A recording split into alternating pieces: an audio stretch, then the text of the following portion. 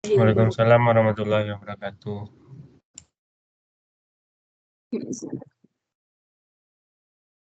Oke, selamat datang di pertemuan kedua perkuliahan komputer dan masyarakat. Silakan diisi presensi di psikologinya. Nah, nanti pada hari ini kita akan membahas sedikit tentang yang ada di psikologi, kemudian akan dilanjutkan dengan diskusi kelompok, break groups, kemudian nanti presentasi oleh kelompok. Kita ke psikologi dulu.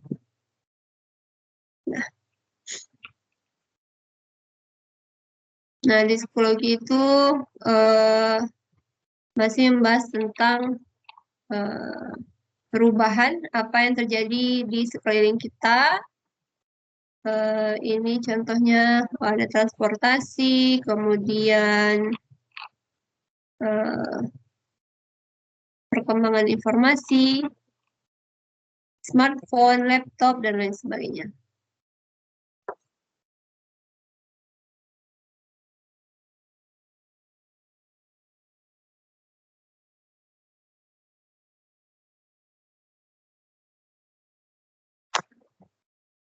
Nah, apa sajakah perubahan yang terjadi di kehidupan kita? Mungkin dari mahasiswa sudah tidak merasakan lagi yang namanya wartel, tahu tidak ya? Wartel bukan wortel ya. Wartel, warung telekomunikasi, warung telepon, telekomunikasi. Saya lupa ya telekomunikasi apa telepon atau telkom ya. Ya, jadi wartel. Telekomunikasi ya. Nah, telekomunikasi. Nah, jadi dulu itu sebelum ada smartphone, kita menghubungi orang lain itu melalui wartel ya. Kalau misalkan tidak ada telepon rumah, berarti kita ngantrinya ke wartel. Nah, biasanya ada bilik-bilik seperti itu ya. Ada bilik-bilik, kemudian disediakan satu telepon, nanti kita ngantri di sini. Nah, jadi ada petugasnya. Nah, ngantri kalau mau telepon berapa menit nanti dibayar ke tukang atau penjaganya. Nah, tapi kalau sekarang kita sudah menikmati smartphone.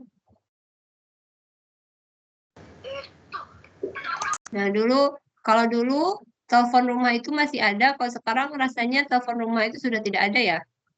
Telepon rumah.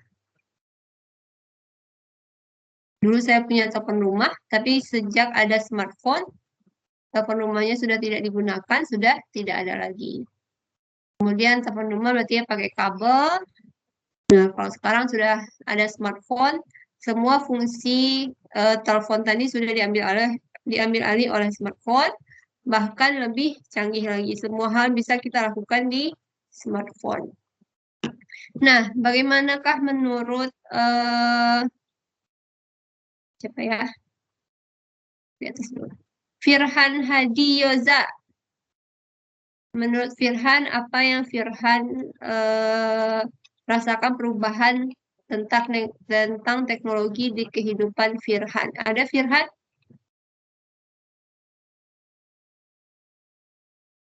Ada?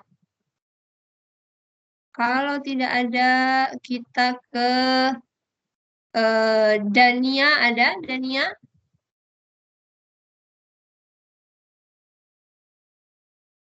Mana tadi? Dania ada? Oke, tidak ada juga. Kita ke bawah.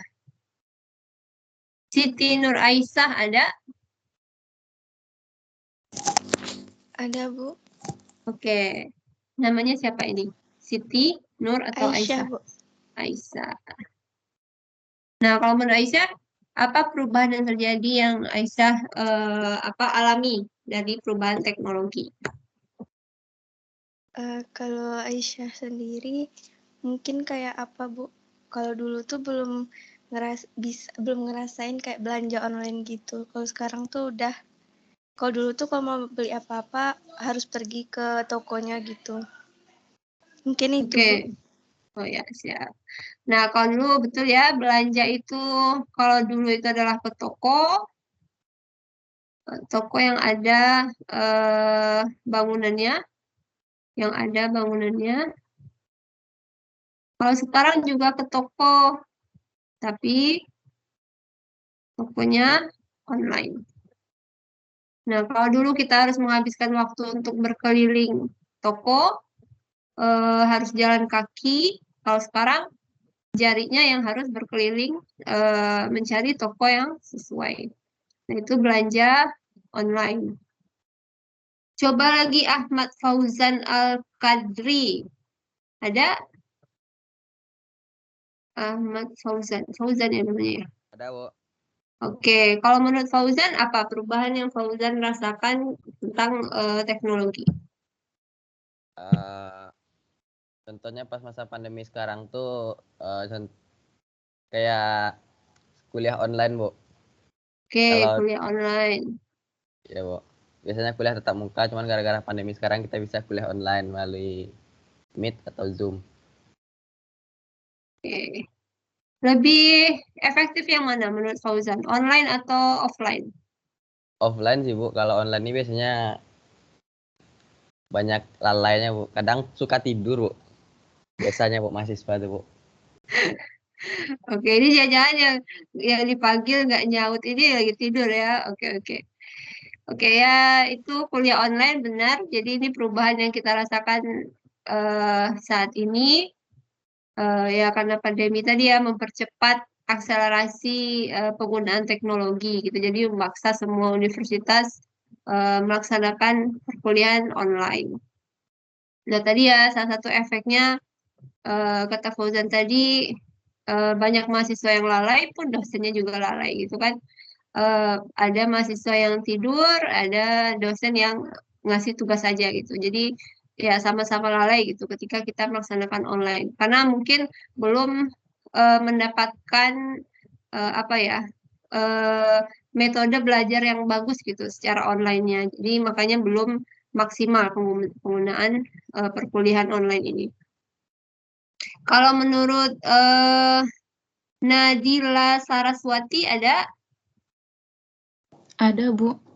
Oke, kalau menurut Nadila bagaimana? Apa perubahan yang Nadila rasakan pada perubahan ekonomi lagi, teknologi?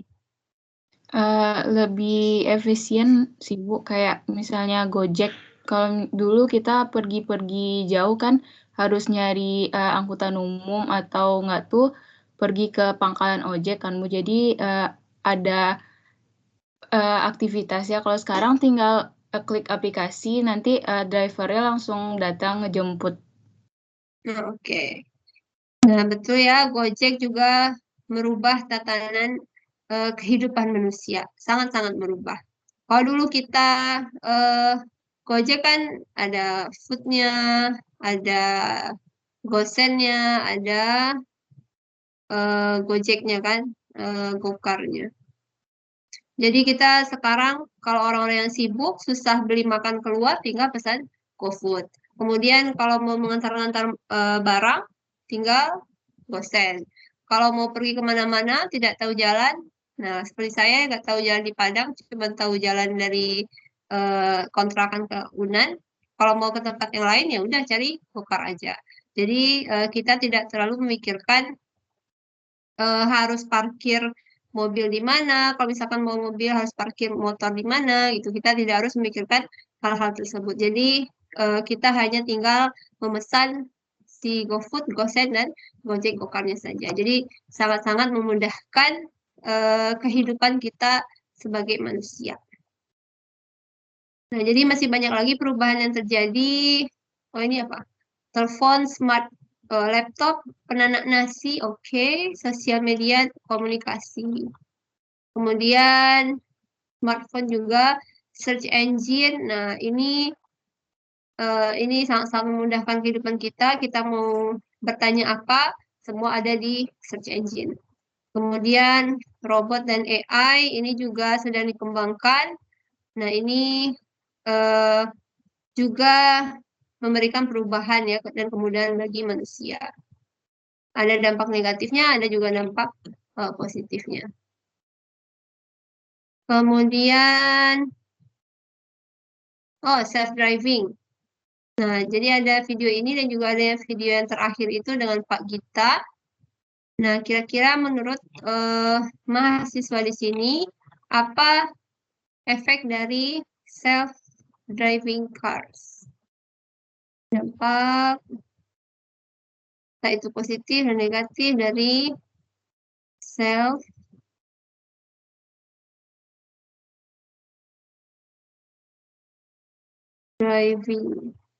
cars. Nah, bagaimana menurut Hanif? Hanif, ada Hanif? Ada, Bu. Oke, kalau menurut Hanif gimana? Apa dampak self-driving cars menurut Hanif? Oh, yang pertama terjadi penurunan produksi mobil mungkin, Bu. Sebab ini konsepnya kan dia bisa bergerak sendiri. Sedangkan pada pemakaiannya mobil ini sebenarnya cuma 5% dipakai, sedangkan 95% lagi itu kebanyakan di parkir atau di garasi kan, Bu. Jadi dengan adanya self-driving mungkin nantinya produksi mobil akan menurun, Bu. Oke, nah ya betul sekali ya. Kalau ya seperti sekarang aja, taruhlah misalkan pegawai ya, pegawai perusahaan, dia tuh pergi ke kantor misalkan jam 8, pulang itu jam 16. Nah, ini dia parkir mobil di sini, nah antara jam 8 sampai jam 16, dia mobilnya nganggur kan. Mobil tidak dipakai. Nah, jam 16 baru dia ngantar lagi mobil ke rumahnya gitu. Jadi sebenarnya fungsi mobilnya tidak terlalu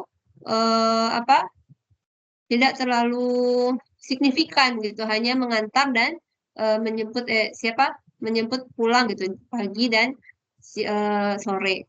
Makanya orang-orang tuh lebih memikirkan bagaimana ya supaya saya bisa berangkat dan pulang dari kerja tanpa harus memikirkan tempat parkirnya, kemudian mobilnya nganggur, harus beli mobil gitu kan. Makanya self-driving cars ini sangat menjadi solusi untuk orang-orang seperti ini. Nah, kalau orang sudah menggunakan self-driving cars, berarti kan kita nggak beli mobil lagi kan, nggak beli motor lagi. Kita hanya menggunakan servis si self-driving cars. Kalau kita hanya menggunakan self-driving cars, berarti ya produksi mobil akan sangat-sangat menurun. Nah, bagaimana kalau menurut Sefza Aumatiang Alam? Ada Sefza? Ada, Bu. Oke, kalau menurut Sefza gimana? Apa dampak self-driving car selain penurunan produksi mobil? Kayaknya kerusakan alam, Bu. Oh, kerusakan alam? Kenapa? Karena itu pasti perlu daya yang cukup tinggi gitu, Bu. Maksudnya gimana nih? Daya yang kayak gimana? Kayak nikel, litium, terus apa lagi ya? Itu aja sih, Bu, yang sudah tahu, nikel, litium. Oh, ini nikel litium itu untuk apa? Untuk produksi mobil, Bu. Oh, oke. Bentar, saya belum nyambung nih. Hubungannya dengan self-driving cars apa? Self-driving cars seperti menggunakan daya yang cukup tinggi gitu, Bu. Ya kan, Bu? Oh, oke. Kemudian? Untuk daya yang tinggi ini tentu mempunyai power supply gitu, Bu. Harus memiliki power supply yang juga dapat mensuplai energi gitu, Bu, untuk menjalankan sistem self-driving gitu, Bu. Nah, jadi untuk power supply ini bahan bakunya tuh nikel, litium, ada satu lagi saya juga lupa Bu. Jadi karena self driving ini bakal kedepannya bakal jadi, bukan kedepannya, malahan sekarang udah ada gitu ya Bu. Dan kedepannya bakal meningkat, jadi pasti tambang nikel, litium itu juga bakal meningkat itu Bu. Maka kan karena sehingga terjadi kerusakan alam gitu ya? ya. Oh, oke, saya baru tahu ini. Jadi kalau menurut Sefza, kalau kita membangun self-driving cars, maka berarti dayanya itu lebih besar daripada mobil sekarang gitu ya, Sefza ya? Dayanya bakal lebih besar, tapi untuk istilah menanggulangi gitu kan Bu. Jadi pakai litium itu bakal tersuplai daripada pakai minyak bumi, misalnya dibandingin Bu, daripada mereka pakai minyak sama litium gitu Bu. Nah kalau pakai minyak bakal boros sekali gitu Bu. Oh, oke. Oh, oke. Sip. Berarti kan self-driving cars ini kalau menurut Sefza, dia akan menggunakan kayak baterai gitu ya? Saya menangkapnya gitu ya? Iya Bu. Oh, oke. Jadi akan menggunakan baterai. Nah, kalau menggunakan baterai nanti dia berarti perlu bahan-bahan bahan-bahan dasarnya tadi ya, seperti yang saya bilang tadi, entah itu litium, entah itu apa tadi ya, nikel segala macam. Nah, itu menjadikan bahan dasar ini akan diambil dari alam sehingga terjadi kerusakan alam. Oke, make sense. Bagaimana menurut siapa lagi ya? Tengah-tengah. Afdal Halim Amda ada?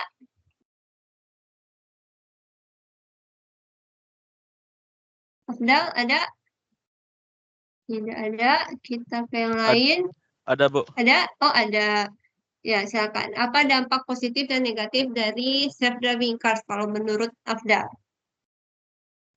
Kalau menurut saya Bu, untuk dampak positif sendiri yaitu jejaring sosial dapat membantu orang mengumpulkan uang dari jumlah kecil hingga besar, baik digunakan untuk amal, politik, investasi, atau mencari pelanggan, Bu. Kalau dampak negatif sendiri, jejaring sosial dapat mempengaruhi hubungan pertemanan seseorang dan waktu yang digunakan lebih banyak dihabiskan untuk bermain jejaring sosial, padahal bisa digunakan untuk melakukan aktivitas lain. Bentar. Kita tuh lagi membicarakan self-driving cars, Afdal, bukan jejaring sosial. Bu. Kemana aja? Oke, apa menurut Afdal dampak dari self-driving cars? Mobil yang dikendarai oleh sistem, bukan sosial media. Maaf Bu. Oke, apa menurut Afdal dampak positif negatif dari self-driving cars?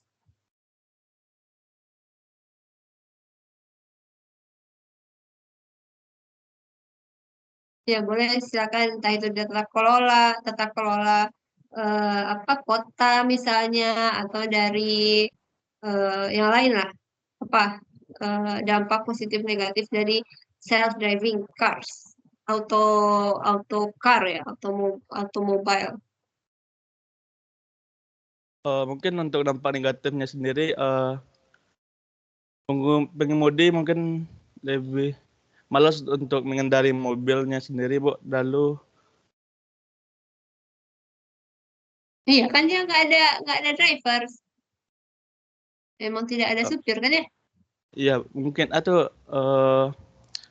lebih mengandalkan ke autopilotnya gitu, Bu. Jadi kita itu apa tuh? Lebih apa? Lebih ketergantungan terhadap sistemnya gitu, Bu. Oke. Oke, boleh lah ya.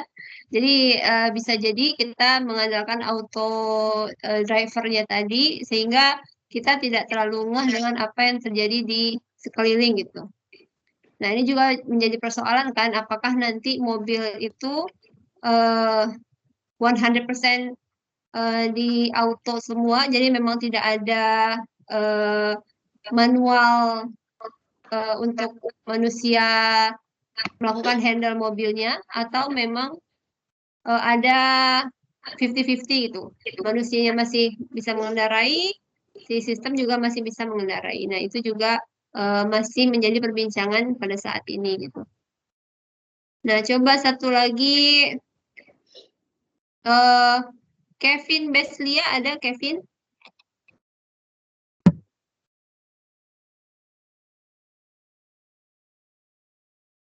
Ada Kevin? Tidak ada. Kalau tidak ada, Doni Hamdani, ada Doni?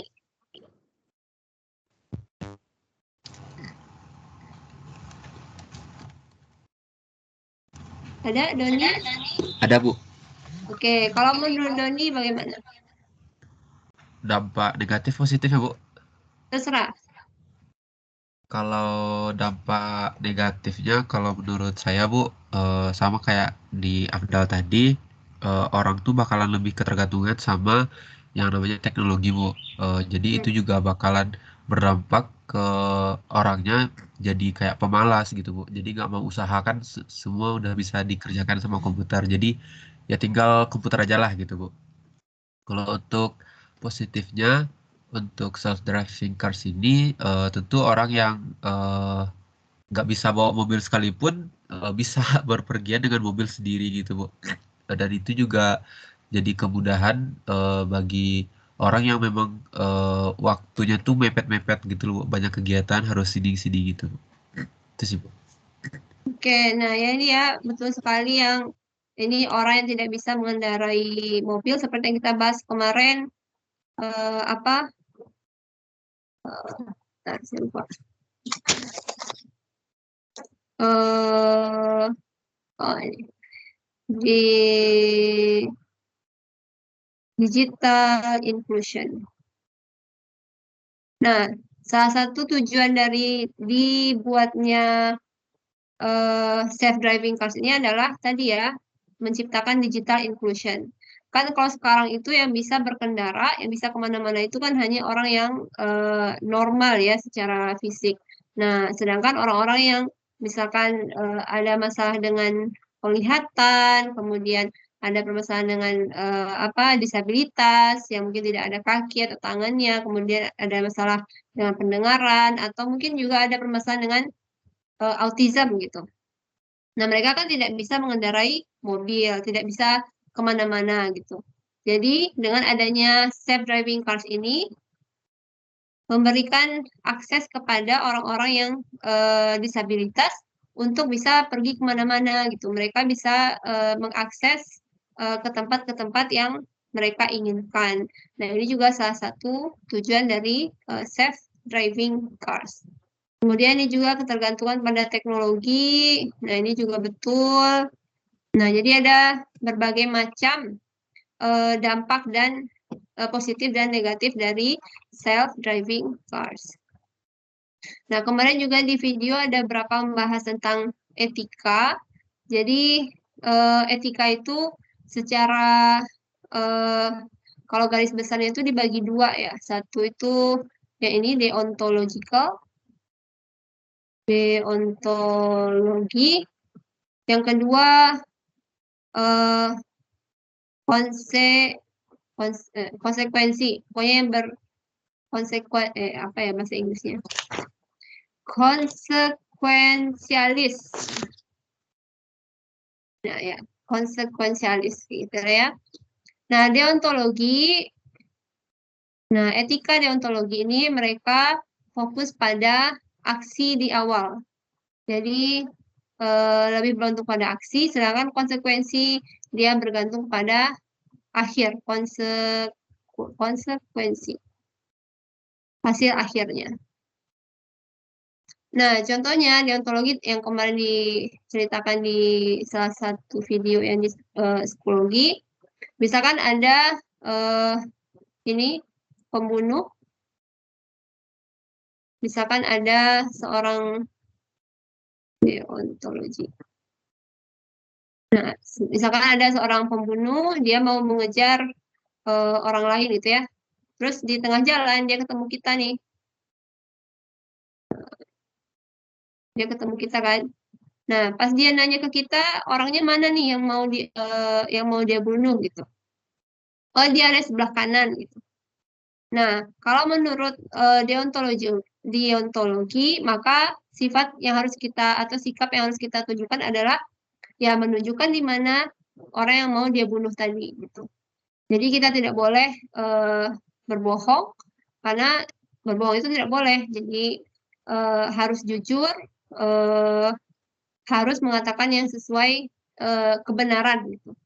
Jadi deontologi tidak peduli bahwa nanti orang ini akan dibunuh oleh si yang A.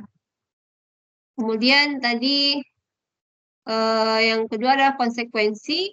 Berarti konsekuensi ini dia bergantung pada konsekuensi di akhir.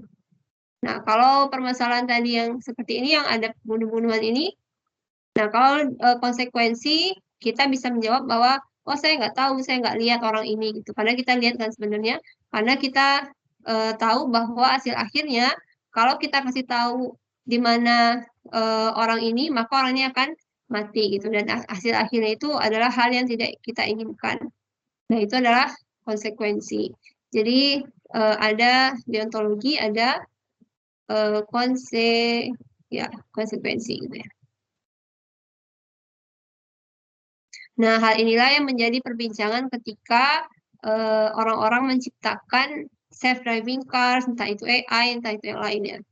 Misalkan ada tadi ya, self-driving cars tadi, atau lain mobil, kemudian di sini ada batu, kemudian di sini ada kucing misalkan, atau hewan-hewan yang lainnya.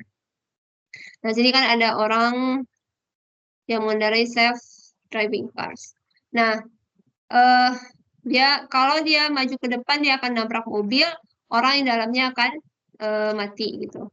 Tapi kalau dia belok ke kanan, nah si hewan ini yang akan mati. Nah, bagaimanakah sistem akan bagaimanakah sistem akan dirancang kalau kejadian seperti ini terjadi? Apakah dia akan menganut deontologi? Apakah dia akan menganut konsekuensi? Kalau dia menganut deontologi, maka yang dia akan dilakukan oleh mobil adalah menabrak mobil, karena membunuh hewan itu nggak boleh, ya kan?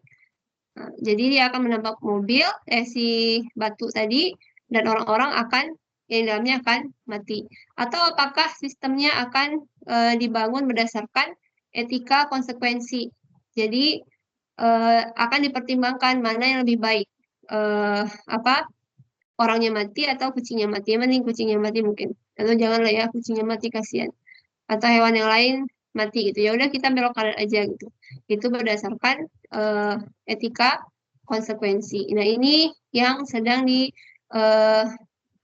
banyak diteliti oleh peneliti bagaimana etika sebuah AI itu akan dibangun gitu. Apakah deontologi, apakah konsekuensi? Karena ada sebagian orang hidupnya adalah berdasarkan deontologi. Ada orang sebagian adalah berdasarkan konsekuensi. Ada juga yang berdasarkan ini ada act utilitarianisme, ada rule. Kalau act ini berdasarkan aksi yang memberikan manfaat kepada banyak orang. Kalau sedangkan ini ada peraturan yang dengan peraturan itu banyak orang yang akan mendapat manfaat. Kalau sosial kontrak, ada sosial kontrak yang kita ajukan di awal sehingga setiap orang bisa hidup dengan baik secara bersama-sama. Ini seperti kita sedang membicarakan kontrak perkuliahan. Nah, itu kan kita bicara tentang apa yang harus dilakukan di kelas, apa yang tidak boleh dilakukan di kelas, sehingga kegiatan perkuliahan berjalan dengan baik. Kemudian ada virtue ethics, ini adalah hal-hal kebaikan yang dilakukan oleh manusia. Misalkan berbuat baik, kemudian apalagi senyum pada semua orang, kemudian mendahulukan yang tua, dan seperti itu. Nah, jadi ini yang menjadi perbincangan apa yang seharusnya dilakukan oleh sistem ketika ada hal-hal darurat yang terjadi gitu. Apakah dia akan menganut deontologi atau act atau rule atau social contract atau virtue ethics atau tadi yang konsekuensi. Nah, itu masalah etika ya. Dan self-driving cars. Jadi banyak sekali hal-hal yang harus dibicarakan untuk membangun sebuah sistem. Nah, ini juga yang terjadi ketika ada yang namanya sistem AlphaGo AI. Dia mengalahkan pemain terbaik apa ya, permainan Go namanya yang bulat-bulat ini. Nah, seperti ini. Nah, dia AlphaGo ini mengalahkan pemain terbaik dunia yang dari Korea itu. Nah, kemudian pemain Korea ini karena sedih mungkin ya, sedih karena kalah, dia jadinya pensiun dari bermain Go ini karena menurut dia tuh permainannya nggak asik lagi gitu, karena dia sudah melawan mesin dan dia kalah. Gitu. Nah, itu juga harus dipikirkan ketika kita membangun AI. Jangan-jangan nanti di masa depan kita sudah dikalahkan oleh teknologi, sehingga tadi yang gambar yang kemarin diperlihatkan seperti ini akan terjadi ketika teknologi-teknologi AI yang kita bangun, robot, itu sudah mengalahkan kemampuan kita gitu. Jadi dia sudah hidup sebagai manusia dan kita sebagai orang-orang yang levelnya lebih rendah. Nah, itu tentang etika. Oke, selanjutnya kita akan membagi kelompok.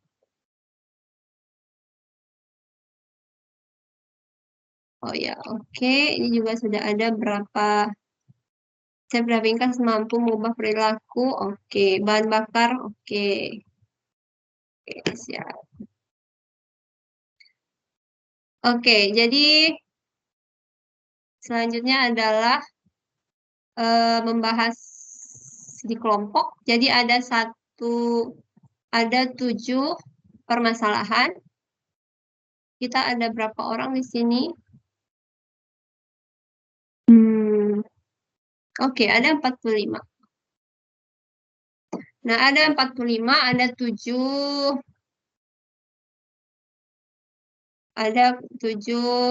apa namanya? Bahan diskusi. 4, 5, 6, 7. Satu kelompok itu dibagi menjadi 3 orang. Berarti 45 bagi 3, berarti ada sekitar 15 kelompok. Kelompok 1 membahas soal nomor 1, 2, 3, 4, 5, 6, 7. Kelompok 8, 9, 10, 11, 12, 13, 14, 15. Jadi kelompok 1, 8, dan 15 membahas nomor 1, 2, dan 9 membahas nomor 2, 3, dan 10 nomor 3, dan selanjutnya. Soalnya akan saya upload di sini.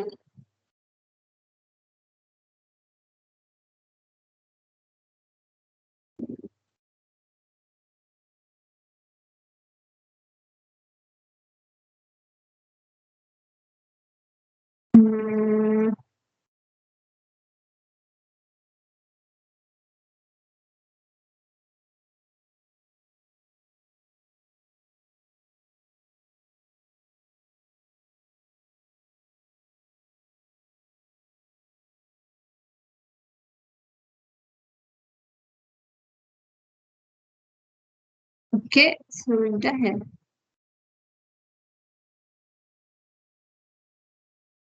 Oke, sudah ada. Nah, silakan masuk ke kelompoknya masing-masing. Saya bagi kelompok aja. Oh ya, sebentar.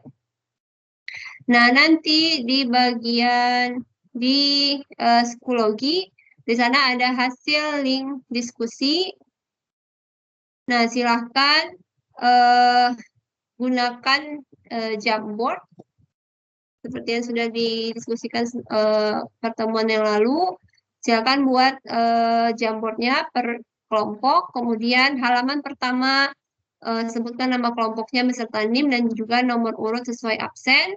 Kemudian halaman selanjutnya adalah hasil diskusi kelompok. Nanti jangan lupa hasilnya tadi di-share di sini, di link hasil diskusi di psikologi. Jangan lupa share linknya yang bisa diedit.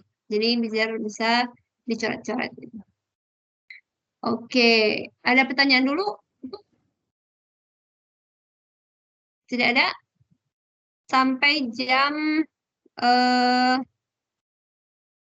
menit saja, sampai jam 10.27.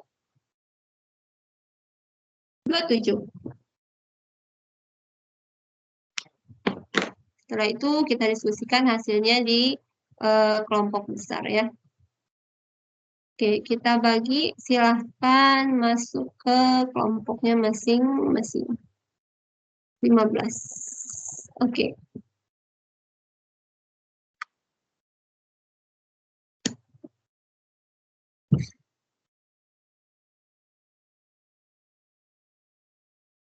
Oke, saya open, silahkan masuk ke kelompoknya masing-masing.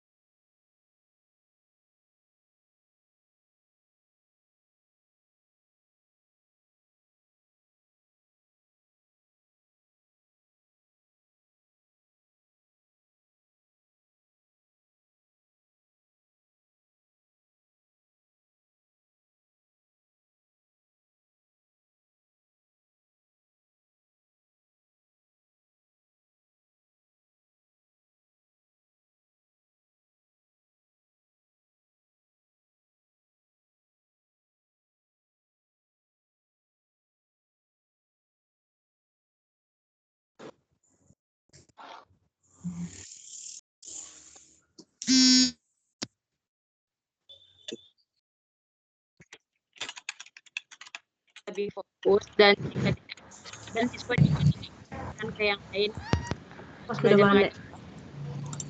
Dan siswa diberikan ponsel setelah pulang sekolah. Bubar. Rasanya jika sekolah tersebut jauh dari pusat kota, maka siswa tersebut dapat menggunakan ponselnya untuk menghubungi orang tua jika ingin dijemput gitu. Udah balik ke tim utama. Tania. Udah balik. Ya boleh lanjutin aja di sini Tasya. Iya nggak apa-apa Tasya. Lanjut. Lanjut. Oke, welcome back. Sepertinya masih ada yang berdiskusi. Ya, silakan dikumpulkan linknya melalui Schoology.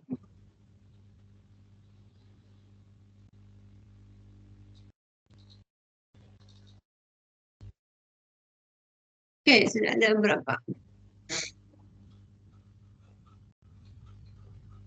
Mari kita lihat.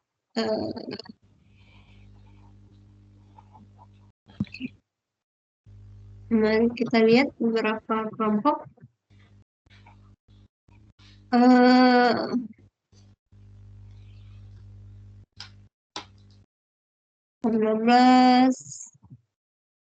Nah, siapa ya?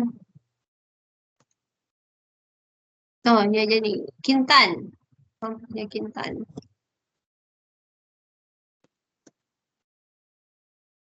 Nanti yang presentasi yang saya tunjuk, silakan dipresentasikan. Oke, kelompok 5. Ada Kintan, ada Sandika, ada Ahmad Fauzan. Kelompok 5 tentang 5 itu tentang apa?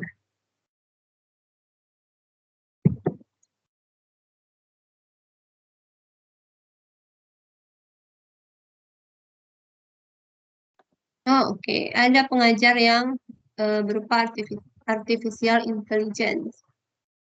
Coba, oke, Kintan deh, Kintan. Silakan Kintan. Baiklah, Bu. Menurut untuk kasusnya sendiri itu kan ada kursus online itu, jadi pengajarnya itu merupakan salah satunya dari 9 pengajar itu salah satunya merupakan artificial intelligence. Jadi apakah kita prefer untuk diberitahu bahwa salah satu adalah AI atau tidak? Jadi menurut kami itu kami sepakat semuanya itu kalau sebaiknya itu diberitahu karena cara bersikap kita dalam diskusi terhadap manusia dan program itu kan pasti bakal berbeda, Bu. Misalnya pada diskusi dengan manusia itu kan ada kegiatan tanya jawab atau menimpa pendapat gitu, Bu. Ada juga nanti misalnya awalnya pendapatnya berbeda, nanti pasti dapat dikerucutkan menjadi satu pendapat yang selaras atau sependapat gitu, Bu. Jadi kan dalam kegiatan diskusi itu nanti lawan bicara akan saling membuka pikiran lawan bicaranya juga gitu, Bu. Nah, kalau ada AI pasti kegiatan itu menurut kita tidak dapat dilaksanakan gitu, Bu. Soalnya kalau AI pasti programnya itu sudah diatur. Untuk misalnya AI itu untuk menjawab pertanyaan ini, jawabannya ini, pertanyaan ini, jawabannya ini gitu, Bu. Jadi pasti jawaban yang tersedia itu sangat terbatas, Bu. Tidak bisa memberikan berbagai jawaban dari perspektif yang berbeda, Bu. Oke. Kalau itu menurut kelompok yang Kintan tadi, bagaimana menurut coba ya? Fauzan Maizardi ada?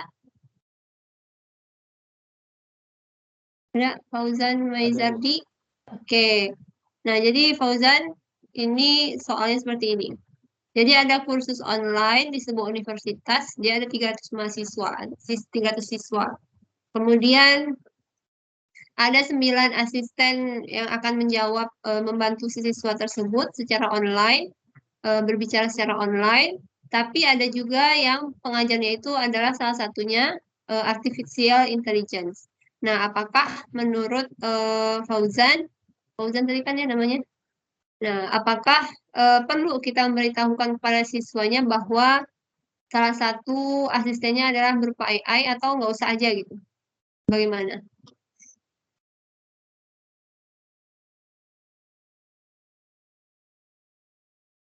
Mohon maaf Bu, ini Fauzan Maizardi apa Ahmad Fauzan Bu? Fauzan Maizardi. Ya, silakan. Ada Fauzan Maizardi? Maaf Bu, boleh saya lihat soalnya lagi Bu? Oke. Nah ini.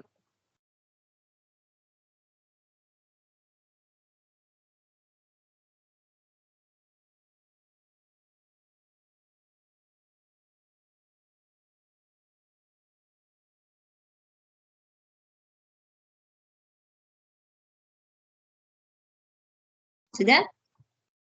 Jadi intinya ada 9 asisten, tapi satu asisten itu adalah program AI.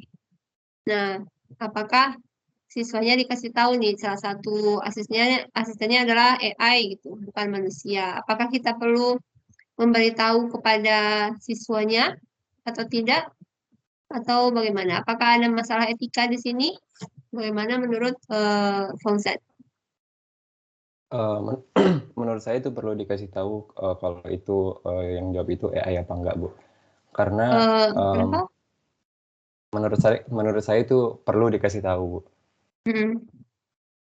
Karena untuk AI sendiri kan zaman sekarang masih belum secanggih itu untuk memberikan jawaban atau ngomong atau apalah gitu Bu. Takutnya ada yang salah tangkap dari mahasiswanya gitu Bu. Jadi lebih baik diberitahu dulu Bang apa enggaknya gitu. Oke. Oke, terima kasih. Bagaimana menurut William Wahyu? Ada William? Ada, Bu. Oke, kalau menurut William bagaimana? Kalau menurut saya dikasih tahu sih, Bu, karena menurut saya AI itu di zaman yang sekarang bukan berarti bisa dibilang AI itu belum berkembang atau belum maju sih, Bu, tapi lebih ke masyarakat sekarang tuh masih tabu akan hal mungkin bukan semua masyarakat bukan masyarakat sih, siswa ya. Mungkin banyak dari siswa-siswa sekarang tuh masih tabu dengan hal-hal yang seperti berbau dengan AI ini, Bu. Jadi ya bagusnya itu diberitahu karena jika tidak diberitahu mungkin saja siswa-siswa tersebut terkejut kenapa kok tidak gurunya langsung yang menjawabnya gitu, Bu. Jadi ya untuk menimbang agar siswanya tersebut tidak terkejut ya mungkin diberitahu sih, Bu. Karena ya menimbang faktor dari siswa-siswa yang masih tabu dengan hal-hal tersebut, Bu. Itu sih, Bu. Oke, terima kasih William. Kalau menurut Sandika ini bagaimana? Ada Sandika? Ada Bu. Oke, menurut Sandika bagaimana? Ya Bu, kalau menurut saya lebih baik diberitahu Bu. Karena berdiskusi dengan orang dengan berdiskusi dengan AI pastinya berbeda Bu. Jadi dengan tata bicara atau tata bahasanya pasti berbeda. Dan untuk kalau misalnya ada bahasa dari manusia yang tidak dimengerti oleh AI, maka tidak bisa terjawab nantinya diskusinya, Bu. Oke. Nah, itu beberapa pendapat dari Fauzan, William, Sandika, dan Kintan tadi. Nah, mungkin ketika kita mengembangkan program AI seperti ini, ada hal-hal yang perlu kita pikirkan, misalkan sama tadi seperti self-driving cars tadi ya, ketika AI-nya sudah dijalankan, nah nanti dikembangkan lagi, kemudian nanti asistennya akan dikemanakan? Asisten manusianya akan kemana gitu? Apa yang akan terjadi dengan asisten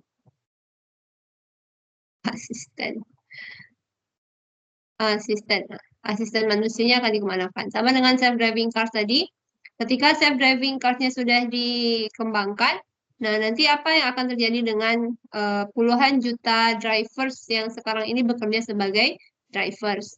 Nah, kalau AI yang menjawab pertanyaan siswa tadi, nah nanti asistennya akan dikemanakan kalau misalkan AI-nya sudah berkembang. Nah, ini juga etika atau dampak dari AI yang harus kita pikirkan.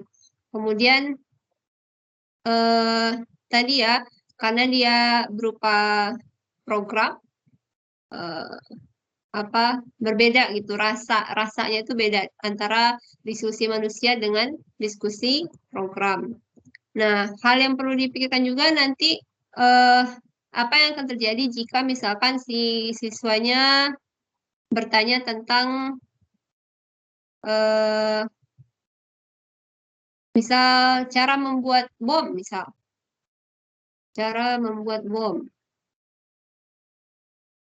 atau cara hack akun sistem pemerintahan.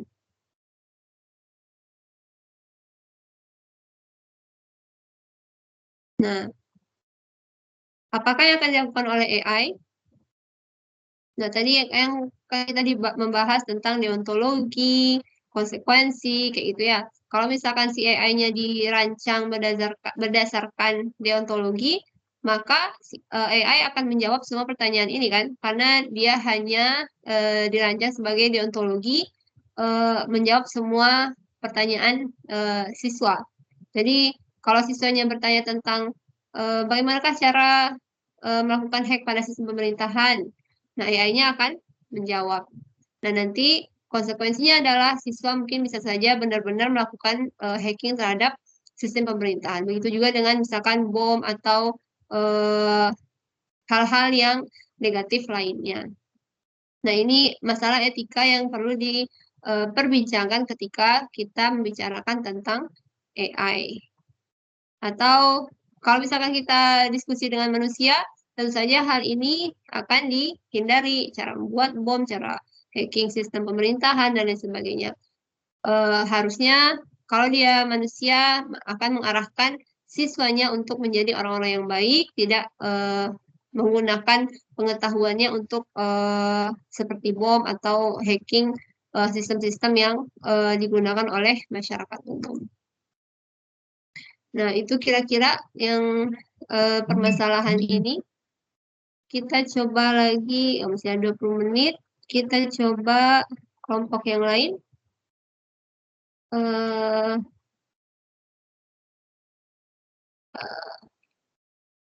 Kelompok 14 itu kelompok berapa?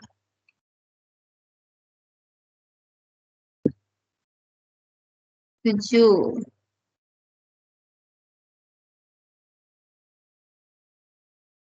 Nomor 3.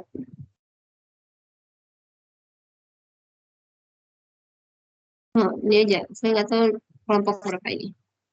Kelompok Novia Lira.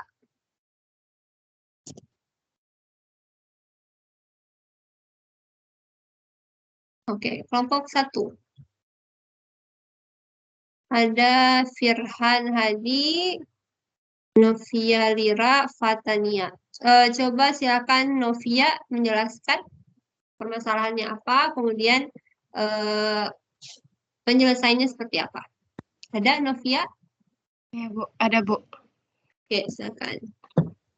Jadi di sini kasusnya ada beberapa sekolah menengah yang melarang untuk menggunakan ponsel selama kelas.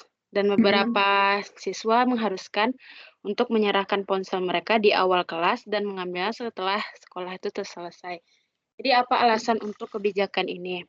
Jadi menurut kelompok kami, Bu, kebijakan itu bisa dikatakan cukup baik.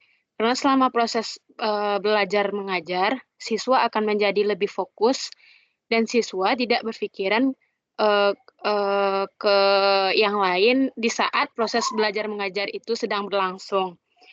Dan contohnya untuk setelah pembelajar itu selesai, HP tersebut dikasih, Bu.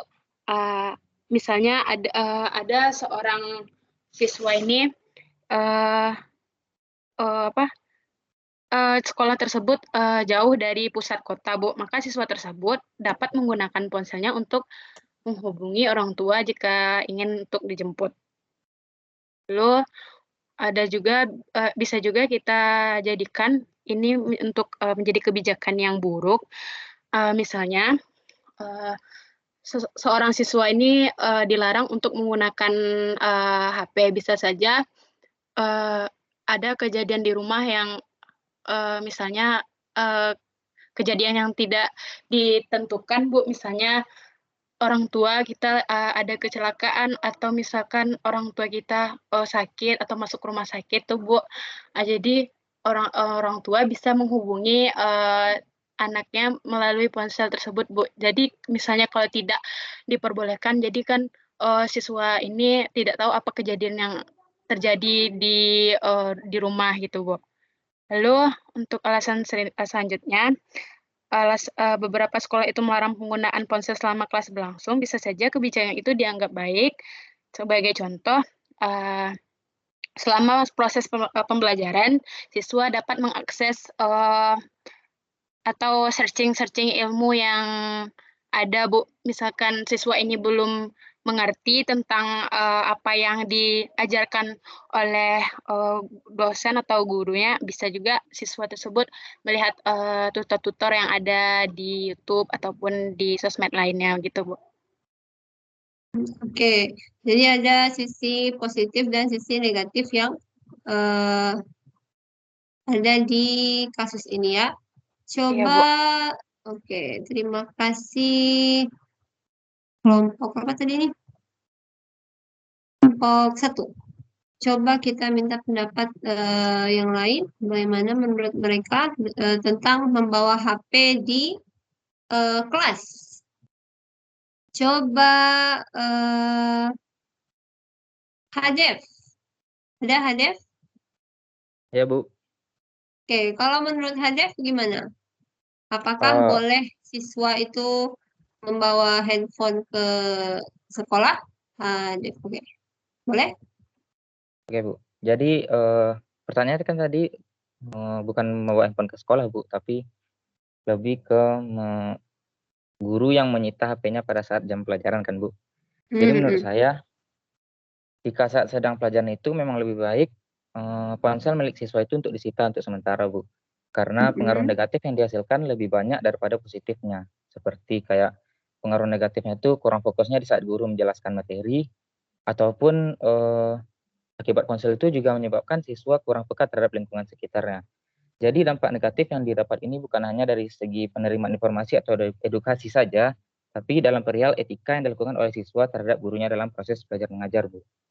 Jadi menurut saya lebih baik ponsel itu untuk disita. Walaupun banyak sisi positifnya, seperti bagaimana berkomunikasi dengan orang lain atau orang tua, tapi pada saat proses pembelajaran semua orang pun tahu misalnya kita itu sedang dalam masa belajar mengajar gitu, Bu.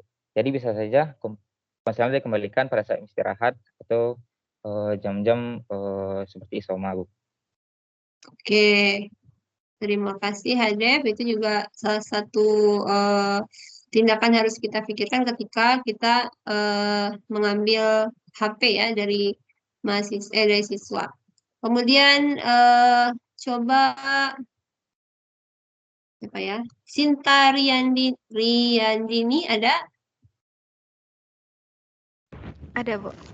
Oke, kalau menurut Sinta bagaimana? Apakah sebaiknya guru itu mengambil ponsel siswanya dulu pas jam pelajaran atau bagaimana? Iya, Bu. Menurut saya juga lebih baik disita juga, Bu. Tapi ada juga pelajaran-pelajaran yang misalnya kayak gurunya memberi tugas dan kita tuh boleh melihat di referensi lain melalui internet. Nah, kalau gurunya yang nyuruh itu nggak apa-apa Bu, dikembaliin HP-nya gitu. Tapi kalau misalnya waktu gurunya menerangkan, lebih baik sih disita HP-nya, Bu. Oh, oke. Jadi kalau misalkan gurunya yang merancang dari awal, misalkan, oke hari ini seperti sekarang kita menggunakan Jamboard misal. Berarti siswanya boleh menggunakan HP seperti itu ya? Iya, Pak. Oh, oke. Nah, betul sekali. Jadi ada ya berbeda-beda pendapat. Nah, ada yang oke, HP-nya nggak usah di kelas. Ada yang menggunakan ya udah HP-nya nggak apa-apa di kelas itu. Jadi seperti yang dijelaskan tadi ya. Jadi apa tadi? Nah, seperti ini ya. Jadi ada etika-etika yang bisa kita perbincangkan ketika kita memanfaatkan teknologi. Misalkan kalau deontologi berarti HP itu kan milik siswa ya. Jadi tidak ada hak orang lain untuk melarang kita untuk menggunakan HP kita atau menyimpan HP kita gitu. Atau misalkan tadi sosial kontrak. Jadi ketika di kelas kita mengadakan sosial kontrak dulu. Boleh membawa HP tapi hanya digunakan ketika kegiatan-kegiatan tertentu saja. Atau misalkan pakai utilitarianisme atau rule utilitarianisme. Aduh susah membacanya. Jadi aksi atau rule apa yang membuat semua orang menjadi bahagia gitu. Kegiatan pembelajaran menjadi terlaksana dengan baik. Nah, itu dirancang ketika di awal oleh si gurunya. Jadi mereka mau ikut etika yang mana. Nah, ini yang menjadi hal-hal yang harus didiskusikan ketika kita menggunakan teknologi, termasuk tadi AI, telepon, dan lain-lainnya. Saya pengen bahas soal yang mana ya? Oh ini, soal nomor 4. Mana siapa yang kebagian nomor 4 itu kelompok. Kita masih ada 10 menit. Kelompok 4 silahkan. Kelompok 4 mana ya? Kelompok 8, kelompok 5, kelompok 7, 12, 6. Oke, mana kelompok 4? Saya kelihatan. Izin Bu. Siap. Oke, siapa? Yang M. Fairuzi. M. Fairuzi. Ya. William, Abdal, Kintan, Lukman. Hiladea. Oh, mana? Udah dikumpul kok, Bu.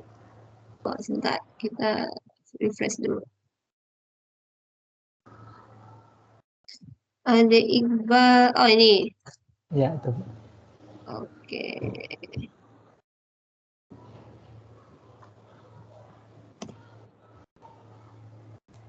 Nah, ini permasalahannya adalah nih, penggambaran gender dalam video game. Nah, gender merupakan variabel yang signifikan pada video game.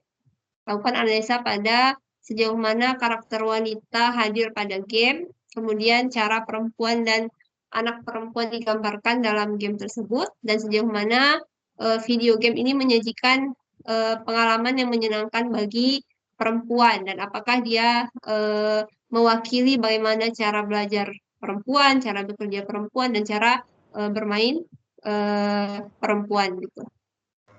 Nah, bagaimanakah menurut Khairul, Fairuzi, sama Fauzan? Ini siapa yang bicara nih? Fauzan ya?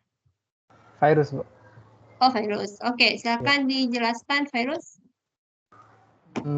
Jadi Bu, untuk yang pertanyaan nomor 1 tadi, yang sejauh mana karakter wanita hadir di dalam game, itu kalau berdasarkan diskusi kami, Bu, dan sudah tertera juga di share screen, Bu.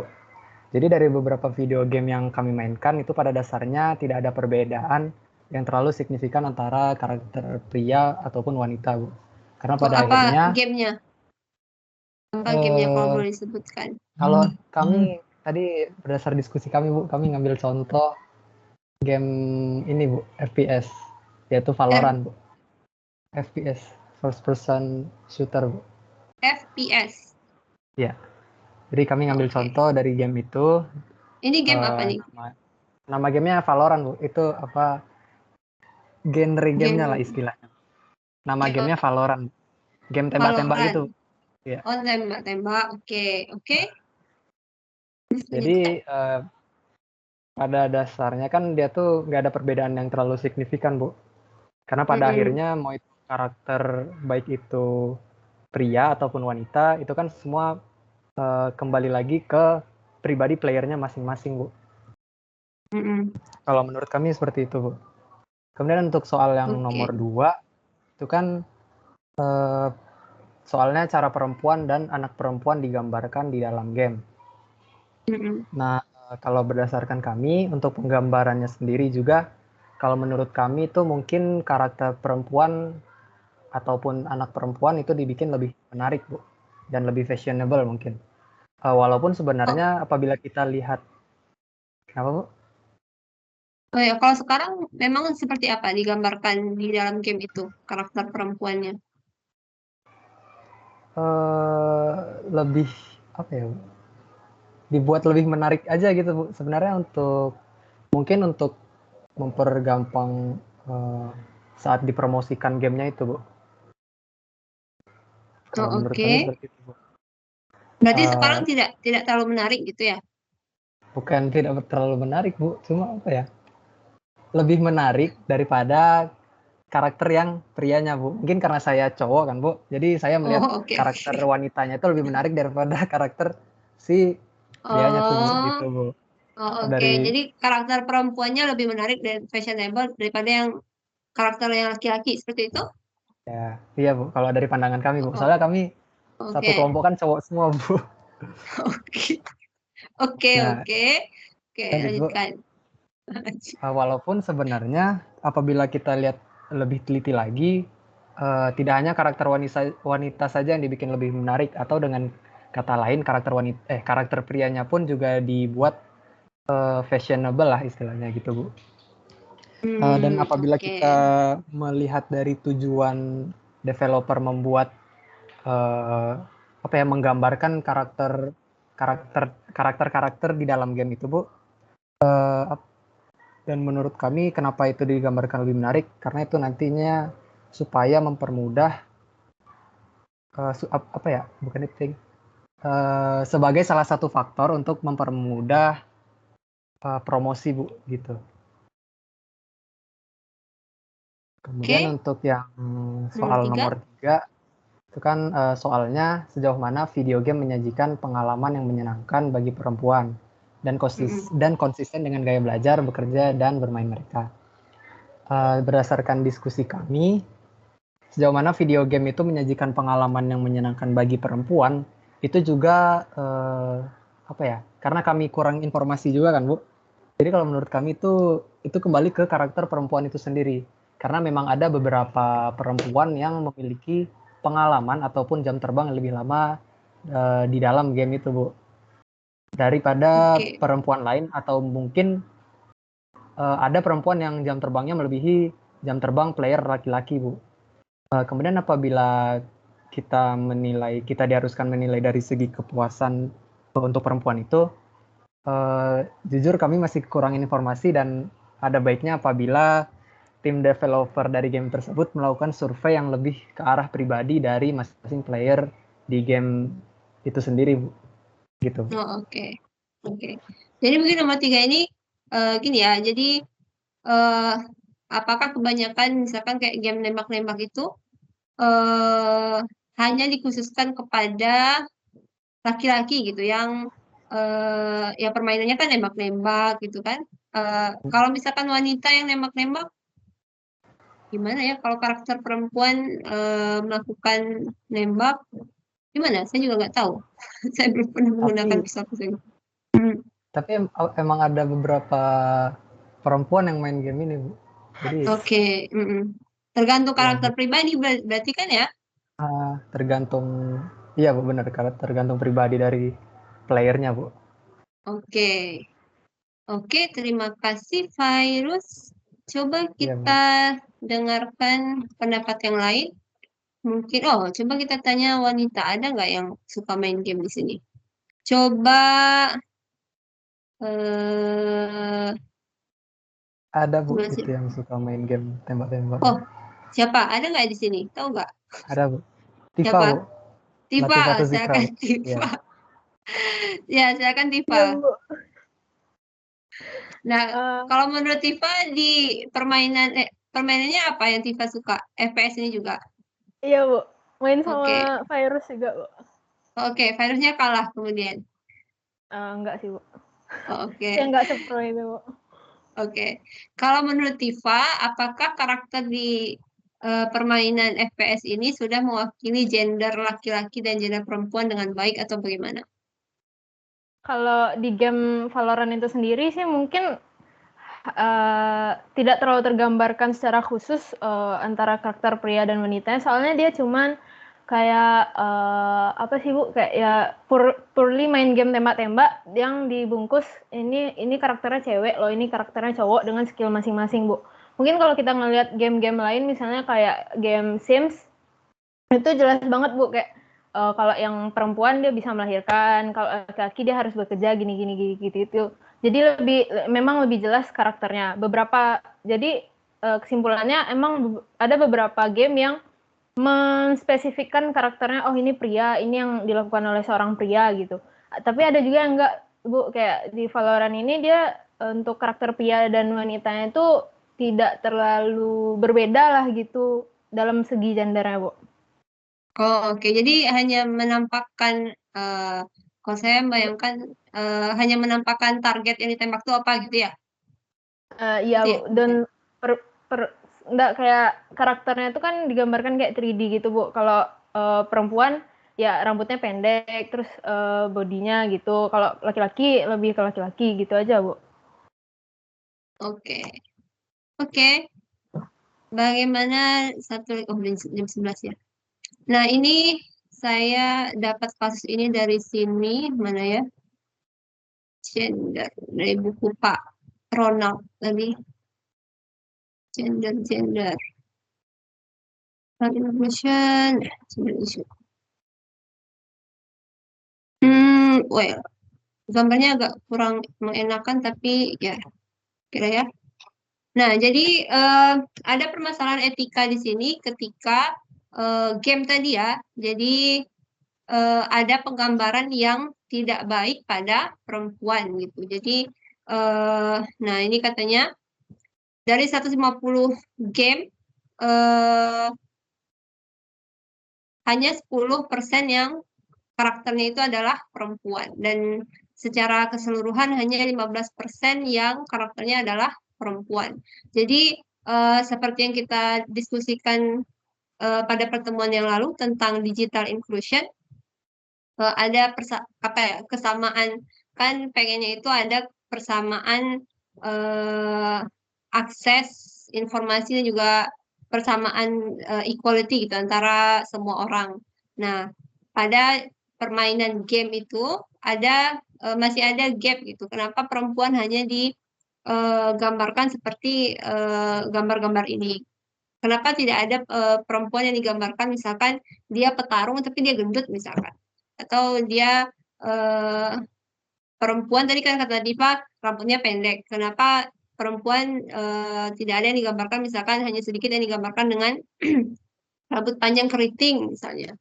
Nah, itu permasalahan etika yang terjadi di game. Dan penampilan, nah ini juga penampilan kan kenapa yang ditampilkan hanya seperti ini. Kemudian permasalahan lainnya adalah kenapa game itu lebih banyak menggambarkan karakter pria daripada karakter wanita. Nah, itu beberapa permasalahan yang terjadi di game. Ya, jadi mungkin bisa dilihat permainan misalkan kalau ini permainannya Mortal Kombat. Ini permainan yang tinju-tinju gitulah. Saya juga nggak pernah main game, jadi saya juga nggak tahu ya. Oke, apakah ada game juga menampilkan pasangan baju yang buruk untuk, nah itu kan ya. bajunya nggak asik gitu. Terlalu dengan digambarkan wanita seperti ini, jadi orang-orang akan melihat seperti mempermainkan apa ya pikiran kita. Oh ternyata wanita itu kalau dia mau jadi petarung ya kayak gini penampilannya gitu. Kalau penampilannya pakai rok misalkan, nah itu bukan petarung gitu. Nah jadi itu permasalahan-permasalahan etika ketika kita berhadapan dengan game, dengan teknologi tadi. Jadi masih ada gap penggambaran yang kurang bagus antara karakter pria dan juga karakter wanita. Oke, sampai di situ dulu, sudah jam 11, kita tidak bisa membahas hasil yang lain, tapi akan diperiksa nanti. Ada pertanyaan dulu sampai di sini?